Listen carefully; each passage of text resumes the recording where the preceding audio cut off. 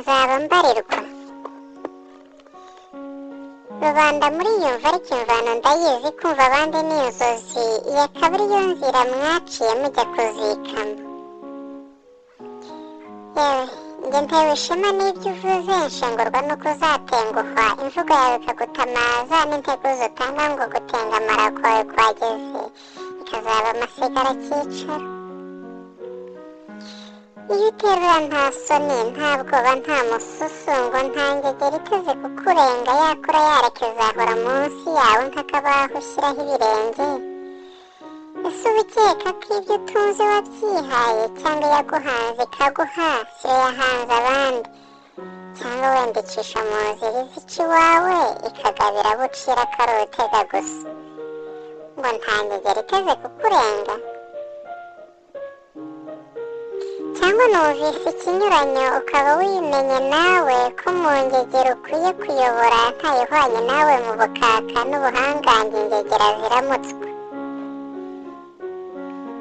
Abo wihaye ibyo kwigimba yego barusha gutunga data, rurema yagushyize ku ibere, uratunga uratunganirwa, ndabona usa n'uwageze iyo ujya, nyamara haracyari akagendo ndetse haracyari kare, yewe ni mu buturuturu, igihe cyo kwishinga urebera abandi ku rutugu n'agasuzuguro gasumbye k'imbwa iryana ngo iseseme biri hafi yo kumukorwa, icyo gihe rwose ntikiragera. Barajwe ishinga n'ubuzima, kuramuka kwabo bibuka gushimira nyir'imitsindo batsindira nyamunsi, akabakomereza impagarike n'ubugingo, ikibaraje ishinga kikaba iterambere.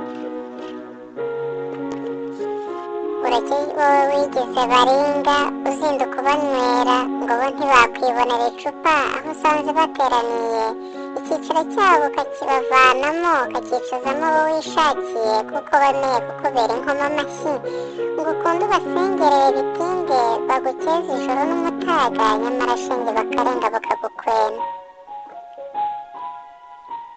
Hari ubwo uzahora muri ayo abo wita inzengere baguceho, ujye ubahakwaho ngo barongeho iyabo n'iyabura. Va mu majwi y'amatiku, nta nyungu y'ingumba, ingoma yima ba nyirayo, twaza ukwawe ujye heza, utazahura n'umuhengeri ukagutera kurohama n'ubuzima bukazikama. Niyita Yezu wakayijuka kaserukotse rwa ruhage rwa bigogo bya muhutu w'umuhondo rwa nkwako ya nkwakuzi, ifata ishoka bagasamara ibishyika bishyika umutware ku mutima, ishyikana ku mubiri ingeri yasumbye inkiko nyamuca mu gakanga gabarega kagaciriza mu mico myiza yahaciye. Niyita Yezu Sosthene.